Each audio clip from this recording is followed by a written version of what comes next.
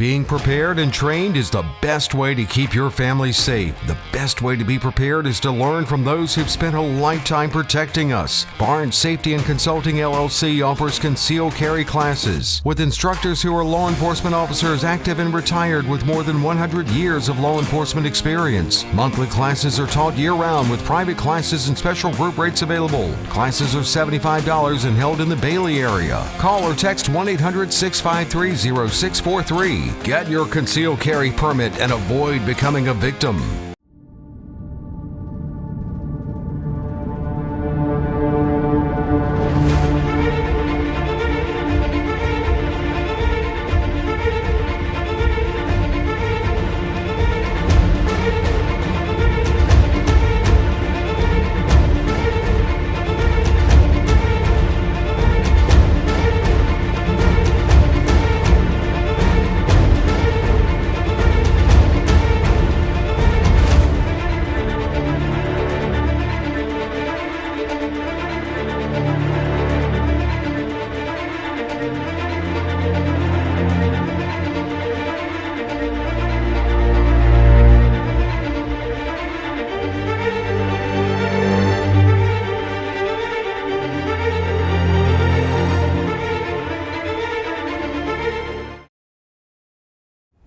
Okay, and welcome back. Welcome to the K-Files. What we're going to do today is something a little different, but my friend JP could not be here today, and Jeff Sherrod from the Nash County Sheriff's Department is not here because they're working on a big sting operation that we're going to learn about, he said. As soon as they finish the operation, we'll know all about it, so we can't wait.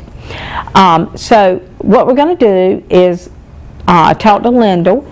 We're going to play the 2 of the 30-minute stand-ups that Lyndall did on location at the crime scene.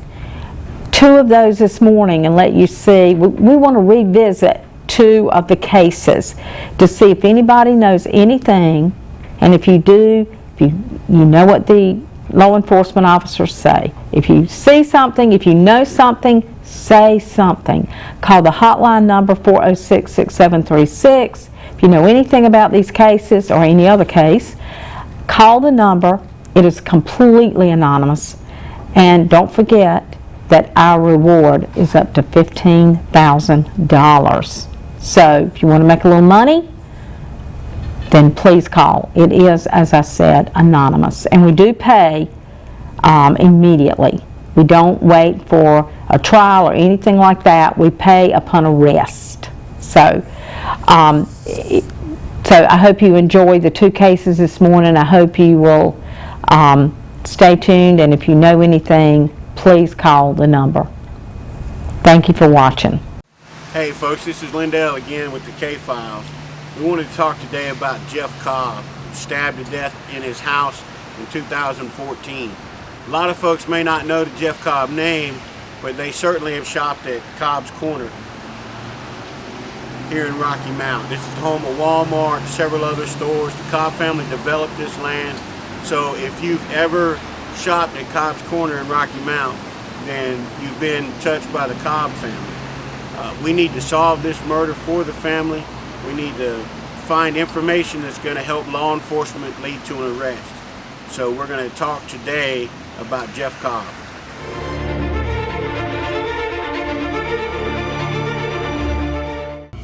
Mr. Cobb was he was somewhat of a ladies' man. I think we talked about that on the last show, the best way to describe. He liked the ladies.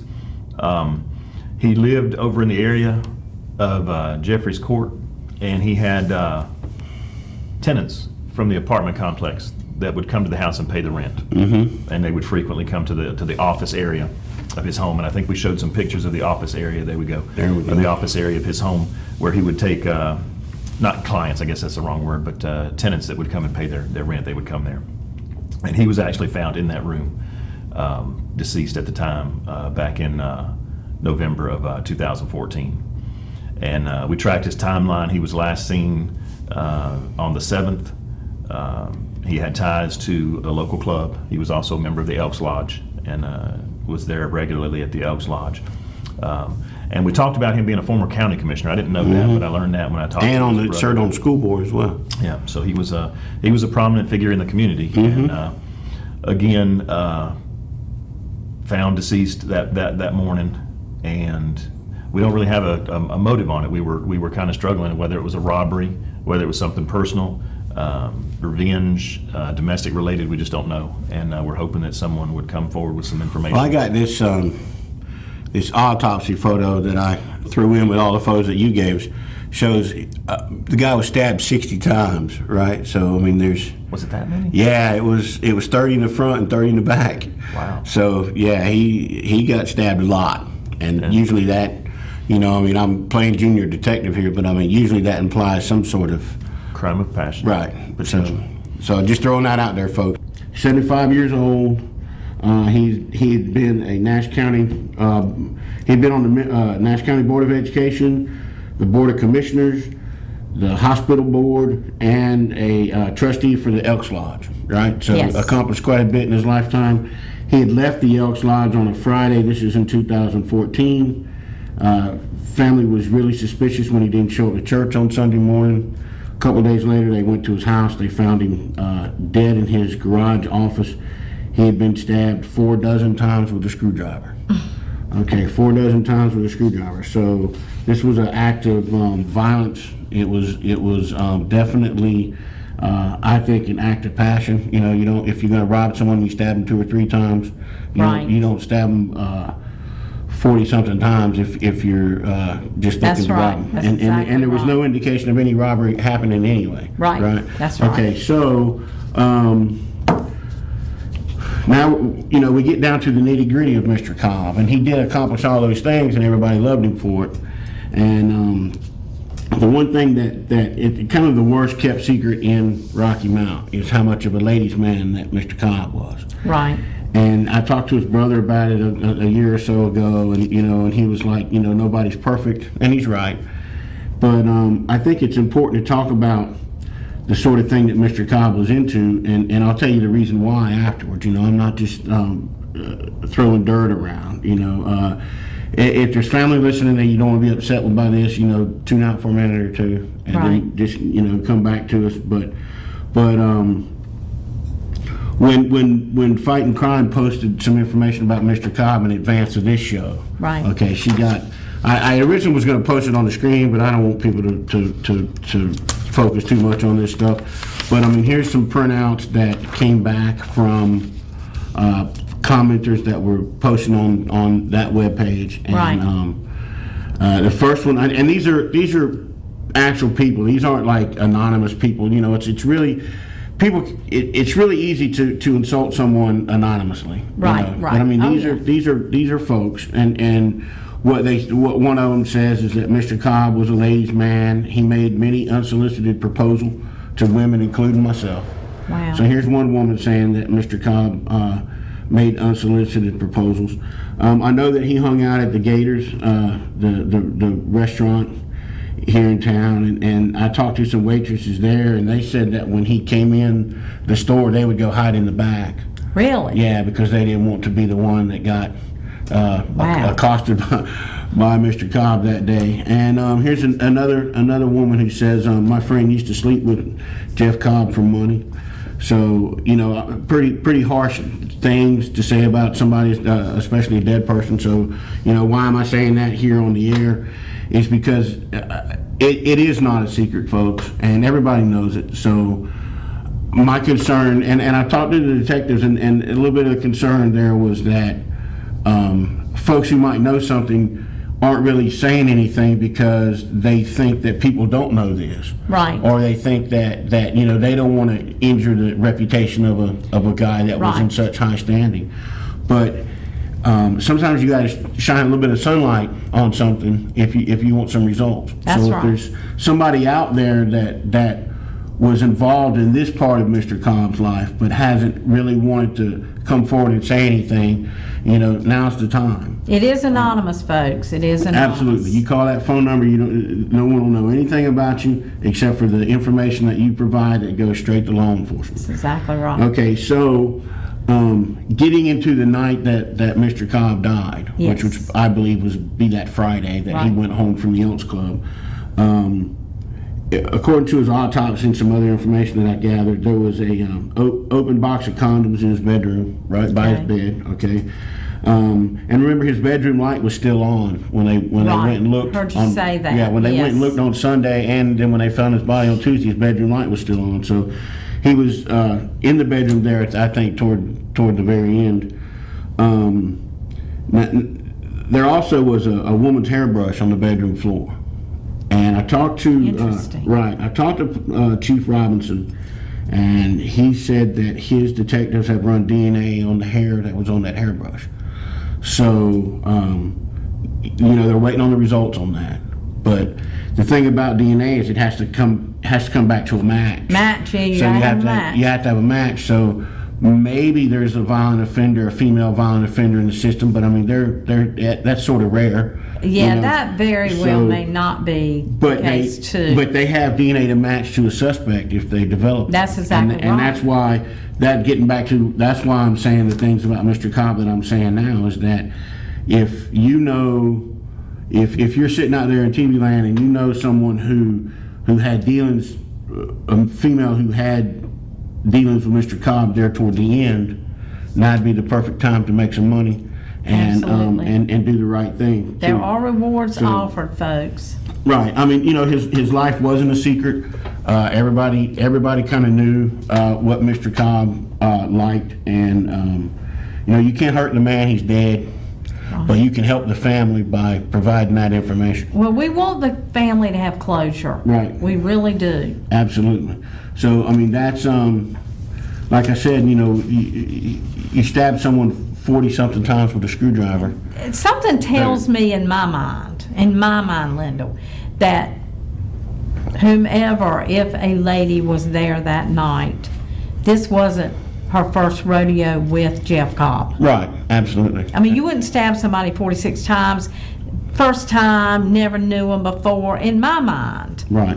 And you're absolutely right. Because you're thinking about all these other times or things or overkill. Absolutely. Yes. And then the fact that Mr. Cobb's face was covered up with a shower curtain. Yes. We talked about that before. I do believe that is a admission of guilt on the person who did this. That is they feel ashamed, they feel bad. So then again, it goes to, like you said, this was not somebody that he picked up for the first time, right? This is somebody, very, very good call on that. This is someone that he's known before. Right. So the cat's out of the bag. People can't pretend like we don't know what Mr. Cobb liked to do in his off time. Right. So folks need to they need to come out. I mean, it's not easy to sit on TV and say this stuff about somebody. And it's not. And this was Mr. Cobb's personal. He could do what he wanted to. Right. He could have as many women as he wanted to over there. The reason we're bringing this up, this is what could have led to his demise. Yeah, and I mean, given Mr. Cobb really only did a few things. After he retired, I mean, he was a school teacher. He was all these things that he did. He was very active in civil life, but then toward his older age, he went to church. Right. And he entertained women. So, I mean, of the two things, which one's more likely to get him stabbed 40-something times? So, absolutely, folks, if you know someone like these people that posted on Facebook, take the time, call this number. Let law enforcement know exactly who you know that had dealings with Mr. Cobb, and that can start them on a trail of maybe one day getting that DNA matched up with what they've got. Do you know who was with Mr. Cobb on that night? Absolutely. Do you know who was with him? If you weren't him, her, or him, or whatever. Absolutely. So, okay, well, that's good information. Right. And thorough information, I must say, Lyndall, on the Jeff Cobb case. We spent, this is our 4th week on it, because a case like this, I want to take the time to detail exactly what was going on. And I'm sure the officers have more. We're not trying to play detective here. Look, I mean, look at me, folks. They didn't pick me to do this because of my looks, right? They picked me to do this because I've been doing it for 20 years, and I have.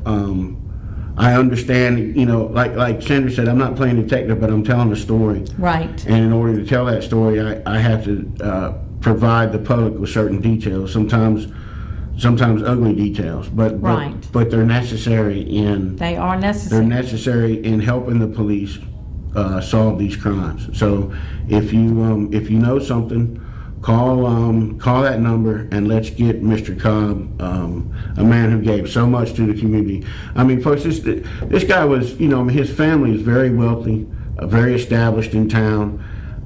He did not have to do the things that he did. Right. He didn't have to serve on the hospital board. He didn't have to, didn't have to serve on the board of education. Right. The man was a school teacher. I mean, he could have really probably done nothing his entire life. Right. But he chose to. And he gave back. Right. He chose to do these things. Life. So, let's repay the Cobb family for what they've done for Rocky Mount by helping them solve the murder of their son, brother.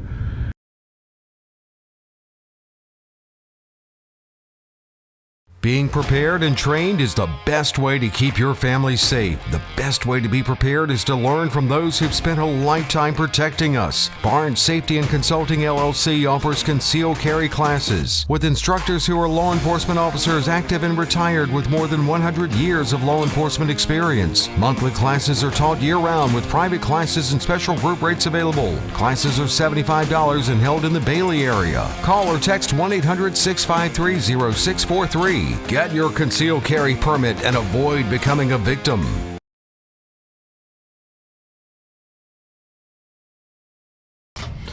Hoy Jefferson Cobb Jr., 75 years old at the time of his death, was living life, enjoying life. He was an active member of the public, member of the Elks Lodge. I understand from talking with Lindell that he was a former county commissioner. And he was found deceased back in 2014 in November, and in his home on Jeffries Court. And there's a picture of the house there. That the garage was converted into a room, and that's where he had rental properties, and the tenants would come and pay him rent. They could come at any time to pay the rent for the month. So he had a little office set up. It was basically garage. like a little office setup, yeah. And there's going to be a picture we're going to see shortly of the office area. But he was found deceased. He was stabbed multiple times and succumbed to his wounds inside the residence. And we don't really have a clear motive. We don't know whether it was robbery or whether it was a disgruntled tenant or whether it was any other person with other means or motive to assault him and kill him. So we're looking for the public's information on that and trying to get anything we can. Somebody knows something. Somebody's talked. It's been a while now. So. Somebody can help us out with that. There is a reward. I was reminded when I spoke with the family that the reward is $10,000 for this particular crime. Wow. Mm-hmm. Plus what we have. Right. So that's up to $25,000. $25,000. That's a lot of money. And remember, it's anonymous. Nobody will ask you who you are. If you have any information, and Lieutenant, I believe we said. No tip is too small. That's correct. If you think of anything, any small thing that you say, nah, that wouldn't help, you would be surprised. That could be the piece of information that breaks the case. Yes, it absolutely could. I'm not the kind of guy that sanctifies victims. Like, oh, he was the best person on earth or whatever. But the thing about Jeff Cobb was that he was into real estate. His whole family's into real estate. They own that whole Cobb's Corner. If you go to Walmart, you've been touched by this man's family. Correct. But the people that you mentioned, like he was renting to people and everything like that. The people that he was renting to were a lot of them were in that neighborhood that he lived in himself. He wasn't a slumlord. He wasn't like, he didn't make his living off of renting shacks to other people. Right. He did a lot of the rental people that he had were actually more or less his neighbors and people in the neighborhood. So I always look at that as like, how it's not really important to me how much money someone has. It's important to me how they got the money. And I mean, Jeff, he was, he liked the ladies. Obviously, everybody knows that. It's no secret at this point. But I mean, he was a guy that made, he made his money, honestly. Like I said, he didn't, there's some folks in this town got a lot of money, but they got the money from, off the backs of somebody else. Well, the question is, was it somebody that rented from him? Was it a relationship? We know that he did, just to give you a little bit of information in case it would jog somebody's memory, he did hang around and was a member of the Elks Lodge, stayed there went there a whole lot at night, from what I understand from talking to people. And he also hung around Gators, a lot of other think places. The name of the club. Gators a lot. So if that would jog any memories for anybody. But anyway, if anybody knows anything about this case, please call the hotline number, or they can do text-to-tip. Talk about text-to-tip a little bit, Lieutenant. Text-to-tip is a service that we have signed up for, and I don't think he has the slide on there, because I don't have the number memorized off the top of my head. Okay, we'll I'll get y'all to that and put it up and, next time. We'll so there make is, sure. but we have text-to-tip. It's available on our website, and you can text anonymously to the hotline, and all tips are completely anonymous. That data is not even housed in the United States. It's stored in Canada, so even records requests cannot get the data. Right. So any information that you give goes to the appropriate section of the agency. So if you have drug information, it goes to the drug investigators. If you have homicide investigation or information, it goes to the homicide investigators, et cetera. So text tips, they get disseminated pretty much instantly, and we can act on the information quickly and try to track down the lead and see what we can do to solve this case. Because I think this case is solvable. Somebody knows something on this case. Yeah, and if you know anything about this case, it would really help give closure to that family. So we said that you started in '95, and is RMPD the only place that you've ever worked? Started my career in law enforcement here in January of '95. When did you go to be a detective? I started in Detective Division in 2002. And in 2007, got promoted back to the patrol line as a sergeant, and then back in Detective Division in 2009, and then back to patrol, and then back to CID. So I've been back and forth between patrol and CID. I got you. Well, you come, highly regarded by people in the public that I've encountered, and I appreciate you coming on here doing this. The last two cases, the Mercer case that you did last time, and this one, and then we've got some more that we're gonna cover. You're gonna be on you or somebody from the police department, but hopefully you're gonna be on here at least about once a month, right? Yeah, I think we're looking at doing the third Thursday of the month on a regular basis. There you go, folks. I didn't want to commit him to that, but the third Thursday of the month, we're gonna have the Rocky Mountain Police Department on here. And what I like about when you're here, you always bring your own photos. There's things that like an inside look at that Mr. Cobb's office. I mean, I've been writing about Mr. Cobb since 2015 and have never had a look inside that office. So I mean, that's that was something eye-opening for different me. that we have not had. Right. Thank so you for that. So I know that the general public appreciates seeing things that that they've never seen. I mean, all those pictures on the wall. I mean, this is. We've never seen that. A busy man with a lot of family pictures and a lot of stuff going on. Are they family pictures mostly? Is that? I don't know. Nobody knows. Okay, let's just go back over it one time, just in case we want to jog a memory on here, if we can, of somebody, or urge somebody to call. So I want to go back over. Okay, Mr. Cobb was shot multiple times. Stabbed. I mean, I said shot. Right. I meant stabbed. I don't know why I said shot. I knew that. 4 dozen times. Yes, multiple times stabbed, which is not, and we've said this many times, not something, the weapon seemed to be something you would grab. It's not a weapon you would normally come there with. It would, to me, right. Potentially it would be one you would pick up in the house. Right. Okay, he was in the garage. It was a garage converted over to an office. You can see in the picture there the brick steps were the original entrance from the garage so that into the was house. Interesting. But there was a thing you talked about, the bedroom His bedroom light was on. His bedroom light was on. There was things like that, a box of open condoms in the Right. bedroom. There was a lady's hairbrush. Right. DNA's been sent off in the case, waiting on that. That's correct. Okay. He was That's last. correct. He was last seen Friday evening. You heard that? That was correct. He was last seen Friday evening. At the Elks Around Lodge, right? 6, I believe it was, yeah, around 6 so this o'clock. man's at Elks Lodge. I worked at Elks Lodge in my hometown when I was a kid, and it was always the same 20 guys. Oh, yeah. That, I mean, so. Group of guys that hung Right. around, So, I mean, and good guys too. So he leaves the Elks Lodge, and then nobody sees him for a while. His brother gets to missing him over the weekend. He doesn't show up at church. Fred, you went to his church, right? Right. Yeah, our he was weatherman always went to at church with right? him. Yeah, he never missed. Fred said he never missed church, so when he missed church, that was the big alarm right there. So then they go over one time with a patrol officer, don't find anything. Correct. Then they come back again the next day with a couple more patrol officers, and then they find him in the garage office. Right. Right, right. So I mean, this is so I mean, people know, people talk. Not only does the people involved that did this know about it, but I mean, they've talked to their cousins and friends, and they bragged about it to people. I mean, Somebody knows the person that did this Yes. because they have talked to them.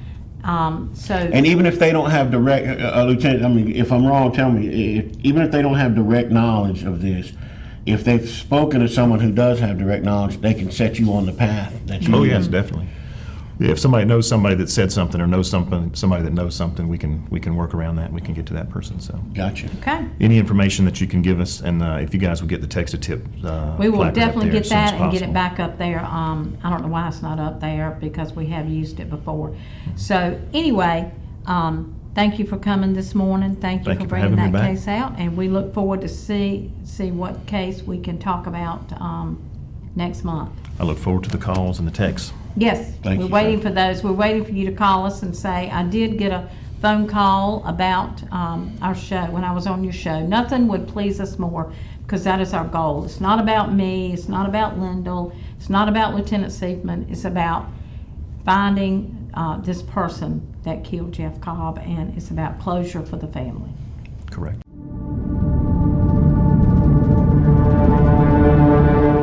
Being prepared and trained is the best way to keep your family safe. The best way to be prepared is to learn from those who've spent a lifetime protecting us. Barnes Safety and Consulting LLC offers concealed carry classes with instructors who are law enforcement officers active and retired with more than 100 years of law enforcement experience. Monthly classes are taught year-round with private classes and special group rates available. Classes are $75 and held in the Bailey area. Call or text 1-800-653-0643. Get your concealed carry permit and avoid becoming a victim.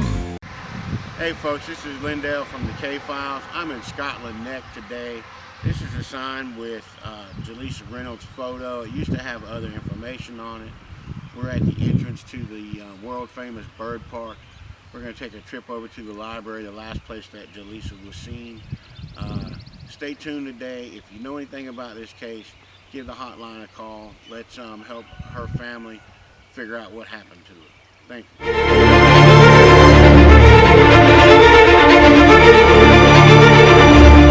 you. She lived in Scotland Neck. She lived in apparently. Scotland Neck, right? She went by the nickname Jay or Lisa, right? She's 5 feet tall. Okay, so on February 22nd, 2010, she's got on her favorite blue jean jacket. She's got on a pink shirt. She's at the, she uses the computer at the public library. February 22nd, 2010, there's the library in Scotland Neck. God, they have a library in Scotland They Neck? have a library in Scotland Neck. That's yep. great. All right, so she uses, and she used the computer, which that's mostly what libraries are now. Yeah, true. My wife's the librarian in Spring Hope. Yeah, and that's I what know. The library has really changed from what, it used to be like this quiet place where you go and check out books or look, Right. Look up stuff or whatever, but basically now it's libraries have become computer resource centers, really. Right. And my wife spends most of her day helping people do things on the computer and whatnot, rather than what Very you would good. think when you think about a librarian. And when she you know, the library's managed through Braswell, and when she got the job a few years back, it was all about customer service, computer knowledge, and stuff like that. Not what you. So I mean, you know, libraries are not what They're used not to be, what is they I'm used trying to say. be. You're right. It's all You're about exactly computers right. and stuff like that. Okay, so Jalesa uses the computer at the library on February 22nd, 2010, right? She's never seen again. Yep. Good. These people it just amazes me. Yes, never seen again. Okay, so investigators, they track her internet use. So when she's missing for a couple of days, they go back. She's 18 years old. She's missing, right? They go back and they track her library use to a house on Cemetery Lane, right? So we got a map. Brittany, So does her family know these people? Nope. So the Okay. her family doesn't know the people on Cemetery Road. Absolutely not. So And why she would be so communicating. you see Scotland Neck. Right? Okay, the library there in the middle of town. Mm-hmm. There's the bird park on the map because it's the probably the only thing that Scotland Neck's known for. Right. Has nothing to do with this story, but it was on the map anyway. Right. Okay, so you're looking at 3 minutes by car, right? Right. 38 minutes walking. So 235 Cemetery Road is outside of town, up in that area. Okay, so she makes communication with the house at 235 Cemetery Road with the computer at the library, right? What does she say? Well, we don't know, but she's gone. Well, law enforcement probably knows, but they're not They're sure. not telling. But we'll get Okay. to it. But she communicates with the computer that's at the IP address at 235 Yes. Cemetery Road. Okay. Okay, 200 feet behind that house, and I want to show how close this is. There's Cemetery Road. That's the where it says 1 minute right there. Mm-hmm. That's the same. That's the address that we just showed on the other map. That's 235 Cemetery Road. Okay. Well, 200 feet from there, up through the woods a little bit, is 89 Nostrium, and I'm sure I'm mispronouncing that, Nostrium Lane.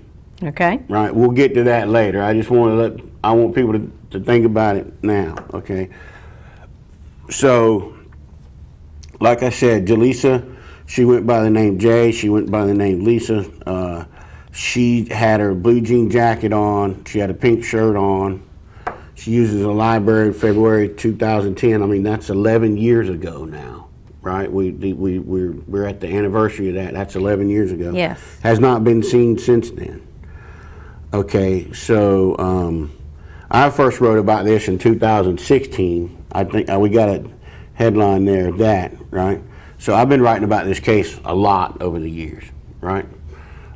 So that's from the Telegram in 2000, or actually that's from the Tarboro Weekly, the paper that the Telegram owns. That I might be defunct now. I'm not sure. I think COVID killed a lot of newspapers along with a lot of people. So I've done a lot of research on this story over the years, right?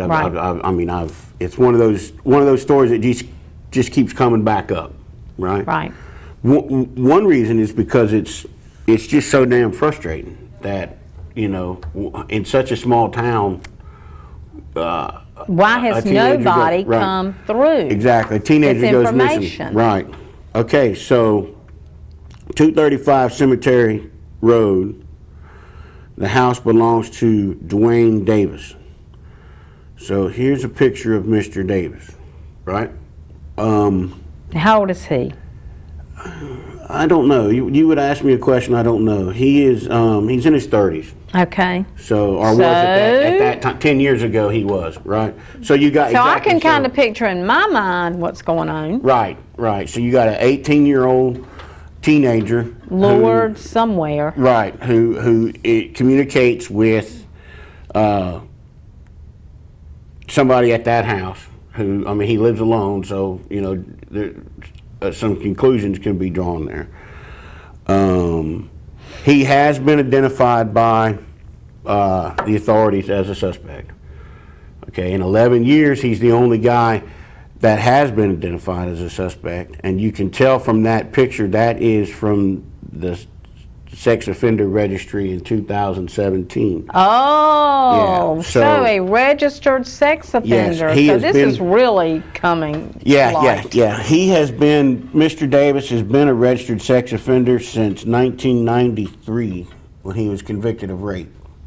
So you've got a registered sex offender. Well, at least he let the other one live. Right. Wow. You got a registered sex offender, and you got a teenager that was last communicating with his house.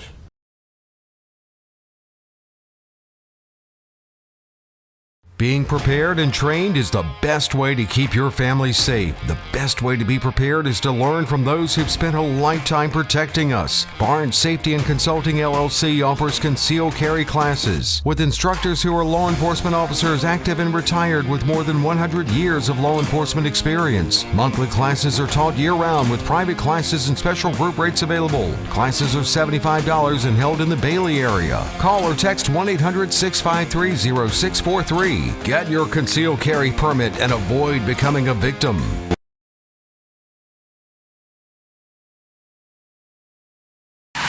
Hey folks, this is Lindell again. I'm at the Scotland Neck Memorial Library 2010. This is the last place that Jalesa was seen alive. She used this computer to talk to a registered sex offender, which lives about a mile from here. We're going to look at today at the case and the oddity that this case led to finding a body in another case. You don't want to miss it. Thank you. Okay, there. That's what Mr. Davis looked like in 2010. We saw a picture of him what he looks like in 2017. Okay, so, and you know, law enforcement, they always say people change over the years. Like, I've lost my hair. I was looking the other day on the train show me and Fred was on, and like, whew, You're bald. I'm going You're bald. I was out feeding chickens the other day I was in the sun for like 3 minutes, and I got the top of my head got burned. All right, so cops they call it the T. You got the eyes and the nose, and That's the right. eyes and the nose never change over the years, or Right. doesn't change as much. So when you go to look at someone, when cops go to look at someone, Right. they're looking at their eyes, they're looking at their nose, because your hair, your cheeks, your chin, they all get fat That's and or interesting. whatever. Very All right, interesting. so Mr. Davis got tired of people always asking him about Jalesa. So he finally, I think in 2012, now this is before I got here, but I mean, I've been out there a couple times, he won't talk to me, but in 2012, he told a group of reporters that Jalesa came to his house that day. Oh. So there's another thing, like you put yourself at, a lot of times cops will get, when they're interrogating someone, they call it, whatever, they'll get someone to admit that they're at the scene of the crime, then they're halfway there towards, So, I mean, he's said, yeah, she came to my house, she wanted to use my computer, and she wanted to look at my horses.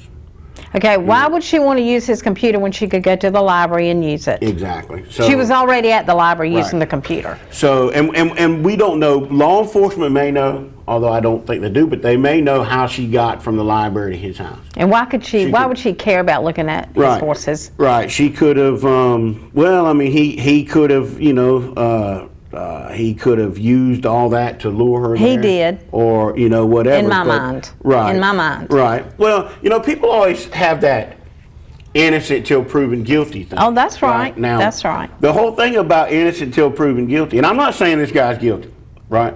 The whole thing about innocent till proven guilty, that is for the courts and Yes. for the government. Yes. Just like free speech, right? Free speech is for the government. It's not for private people. Exactly. Like newspaper here. Oh, I'm gonna hold up my newspaper. I never plug my newspaper. Well, but when you got, look, when you got headlines like that, it says, I don't know, it says Mayor accused yeah, of dodging that was town good. meeting with an empty seat of the mayor's empty seat. When you got, you know, people always, they'll send letters to the paper or whatever over the years, not necessarily the Spring Hope Enterprise, but just anything. Right. And they say, oh, you know, you've got to print this letter, it's freedom of speech and all that. No, newspapers are private business. Mm-hmm. WHIG is a private business. Mm-hmm. We don't owe, there's no, I mean, freedom of speech applies to the government. Right. Right? Okay, so the idea of innocent till proven guilty also applies to the government. Right. The government can't go around saying that you've done something right. until you're convicted of it. But that doesn't apply to private citizens. Right. If you're watching the news and you think some guy's guilty, you can say right. that. That's right. You All can right. say that. So, but you know what? Plus, this story makes me want this girl's body to be found so bad. Right. And there's yes, I agree. And there's standing too, right? So what I mean by that is, I wrote a story many years ago about a guy that was convicted of killing some women, accused of killing a whole lot more. And he was sitting in prison up in Michigan. He was a Marine who killed a lot of women here. Mm-hmm. He got out of the Marines, he went back to Michigan and kept killing women up there. Actually, he was killing women up in Michigan, went to the Marines, then killed some women here, and then he went back to Michigan to kill some more. And I wrote in a news article that he burned a woman alive. And he sued, or he tried to sue me. The judge wouldn't even have it, but he tried to sue me, saying that I was tainting the jury pool here, because his contention was, in the paperwork that he filed with the court, his contention is that she was already dead before he set her on fire. You know, so I mean, that's kind of a, you know, wow. So I mean, the best he's got is that, oh, I didn't set her on fire. Right. She was already dead when I didn't burn her alive. She was already dead when I set her on fire. Exactly. But he didn't have any standing in court because the guy is convicted of killing like 5 women or whatever. So, you know, who cares what he has to say? So anyway, and again, I'm not conflating. I'm trying to be fair about this. I'm not conflating Mr. Davis to this, you know, because Mr. Davis has not had a day in court. But one of the reasons he hasn't had his day in court is that law enforcement brought this law enforcement brought this case to the DA's office because they felt like they had strong circumstantial evidence. The DA's office hasn't acted on the case. The Halifax County DA's office has not acted on the case. You know how I am about the DAs. Right. All right, so here's where the case really takes a turn, right? So we've got a young girl, 18 years old. She's at the library. She ends up communicating with the house, a computer in a house. You know, you got to say it right. She ends up communicating with a computer in a house that belongs to a registered sex offender, and then she disappears, right? Okay, so, I mean, we can't say that she communicated with him, but we know that through computer forensics that she communicated with his computer. That's true. Okay, so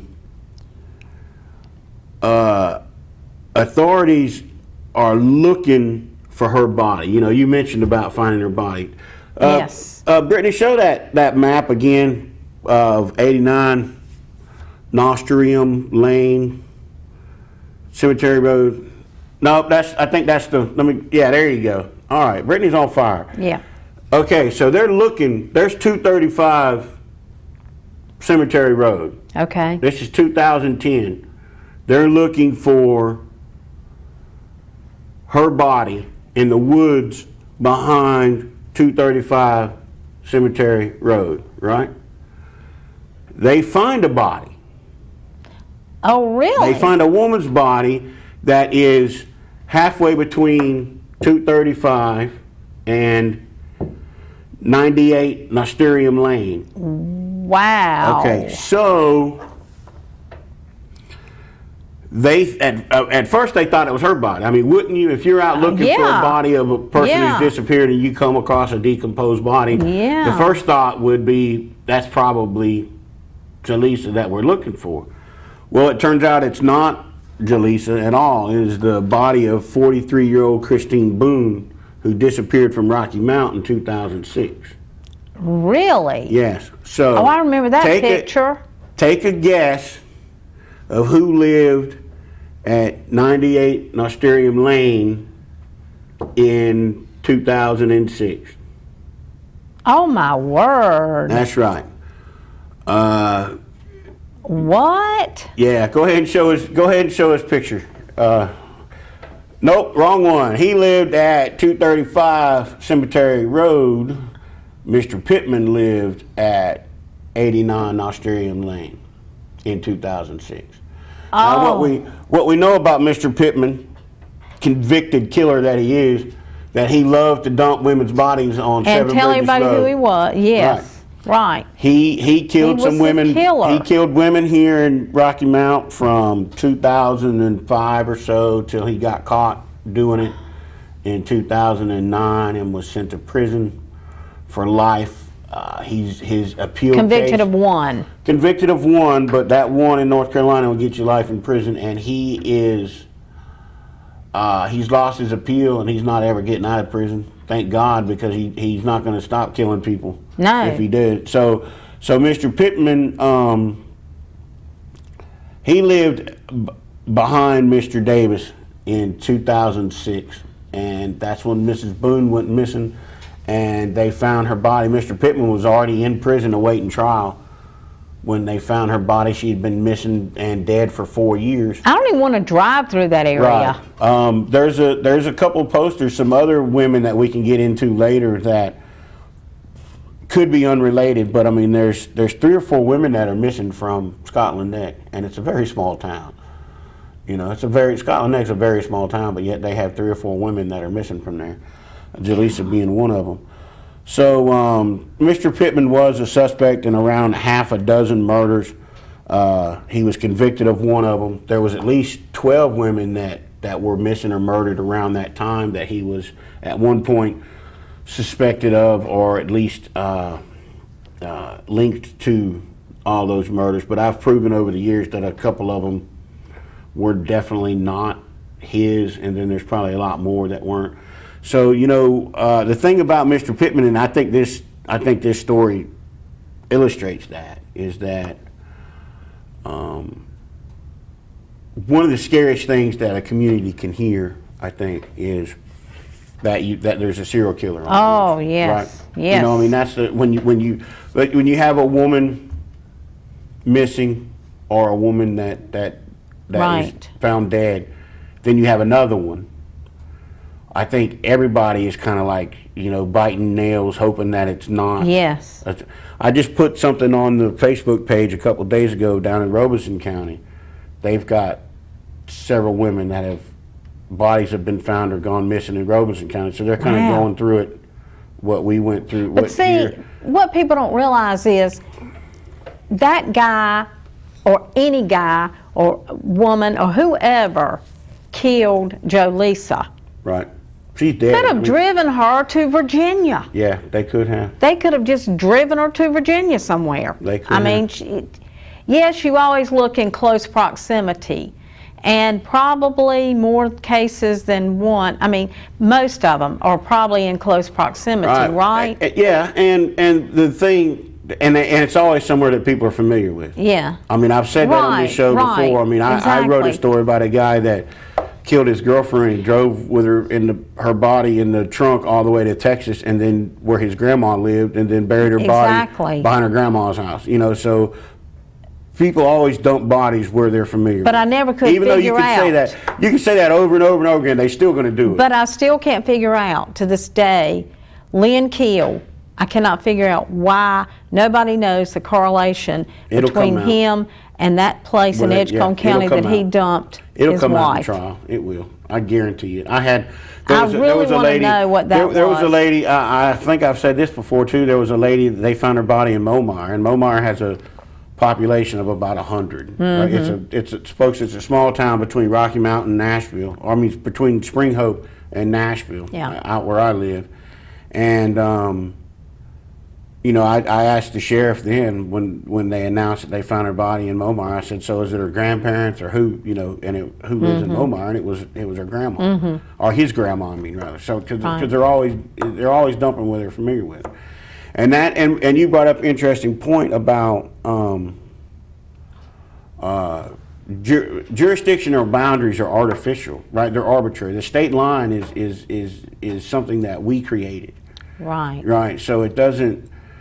Cases don't stop at the state line. That's right. So like you said, That's whoever, right. whoever, somebody could have, you know, I mean, Mr. Parks, creepy as he is, I mean, maybe she went and looked at his horses and was walking home and somebody picked her up Yeah. and said, "Hey, you need a ride," and then the next thing you know, she is in Virginia.